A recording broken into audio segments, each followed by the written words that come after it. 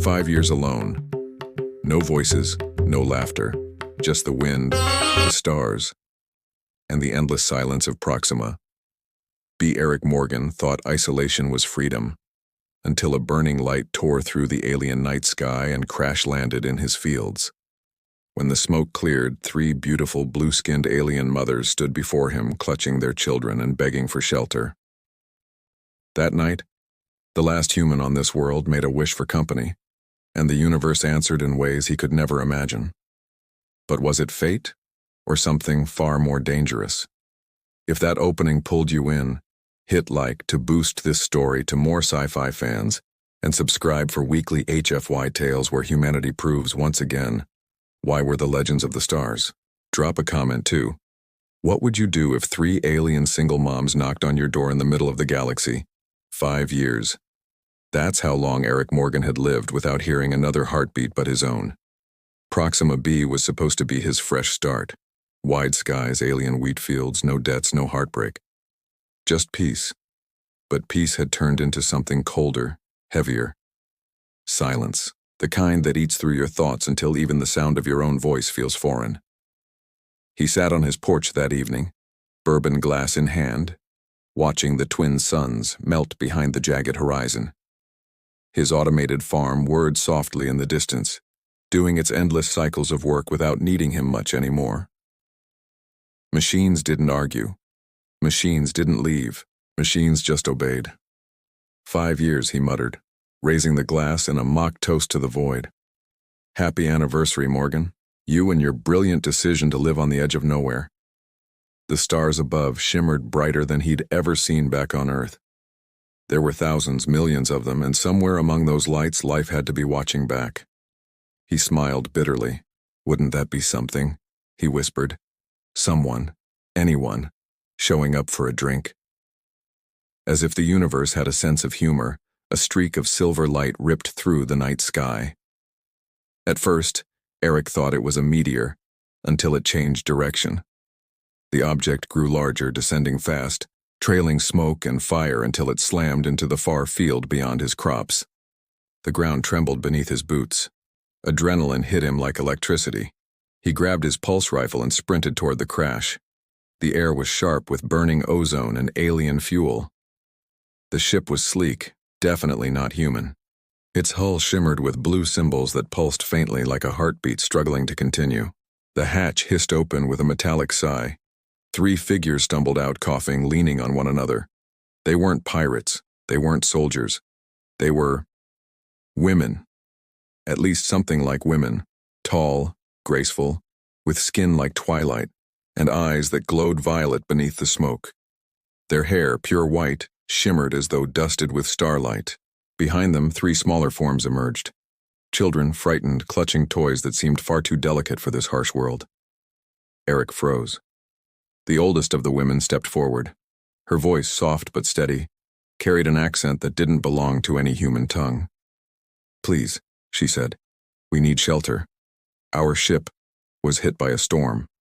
We have nowhere else." For a long moment, neither moved.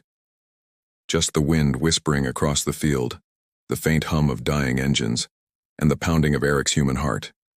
He lowered his rifle. "My name's Eric Morgan," he said slowly. "You can stay. For the night." The woman, Litha, she called herself, exhaled in visible relief. Her companions, Misa and Karina, murmured their gratitude, guiding their children closer.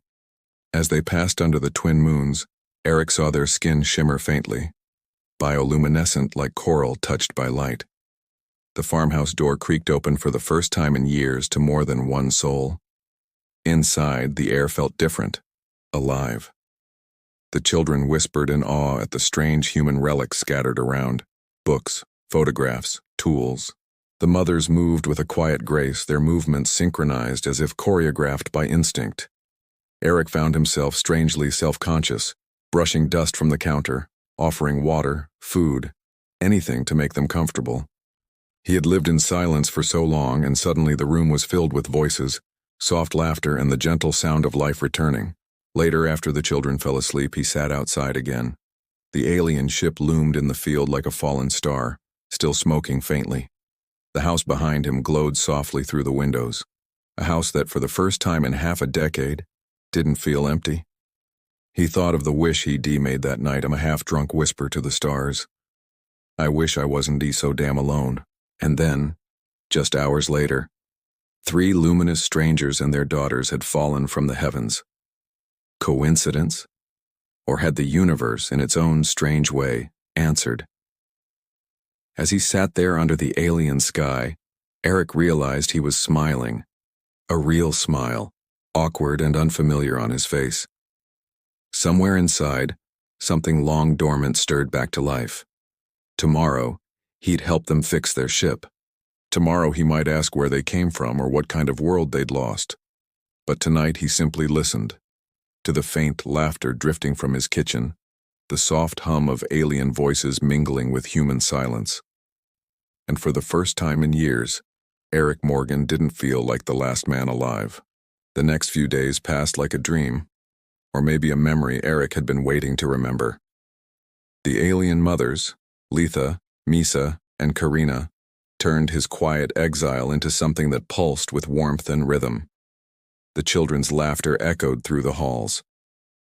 Litha transformed his neglected greenhouse into a living wonder, teaching him about crops that glowed faintly at night, feeding both soil and spirit. But beneath that fragile peace, danger was already stirring among the stars. One morning, a Terran supply ship landed early. Too early. Captain Reed stepped out, grim and watchful. "You've got company," he warned quietly. "Colonial patrols are picking up Yex hegemony signals in nearby systems. Word is they're hunting refugees, and a scientist named Litha." Eric's gut tightened. Why her? Reed gave a meaningful glance. "Because she's not just a botanist, Morgan, she's a genetic architect. And if the Yex find out she's alive, they'll burn half this sector to ash." Litha's face paled. "My research was supposed to protect lives, not destroy them." Reed's reply was heavy. "They don't care what it was meant for. They only care that it can stop them." That night, Eric and the sisters gathered on the porch under the twin moons. The wind smelled like the edge of a storm. "You should leave," Eric said quietly. "Before they find you." Litha shook her head. "You gave us shelter. We won't run and leave you to face the storm alone." Her hand brushed his, and that small touch carried something electric, a warmth, a promise. Karina stepped closer. "There's a way," she said softly. "A bond that could make us one. A ritual. Ancient. Sacred. It would join our lives. Mind, heart, and soul." Eric blinked. "You mean marriage?" Misa smiled faintly. "More than that. It's a binding. Our strength becomes yours, and yours becomes ours." He thought about his wish, that night of loneliness, that whispered plea to the stars, and felt his answer standing before him, alive and luminous. "I'm done being alone," he said. "Let's do it." The farmhouse transformed into something otherworldly. Bioluminescent vines from the sisters' ship hung along the walls. The air shimmered with soft blue light as the 3 women circled him, chanting in a language that felt like music more than speech. When they touched him, one hand over his heart, one on his temple, one against his back, warmth flowed into him, deeper than touch, deeper than blood. His skin glowed faintly, his breath caught.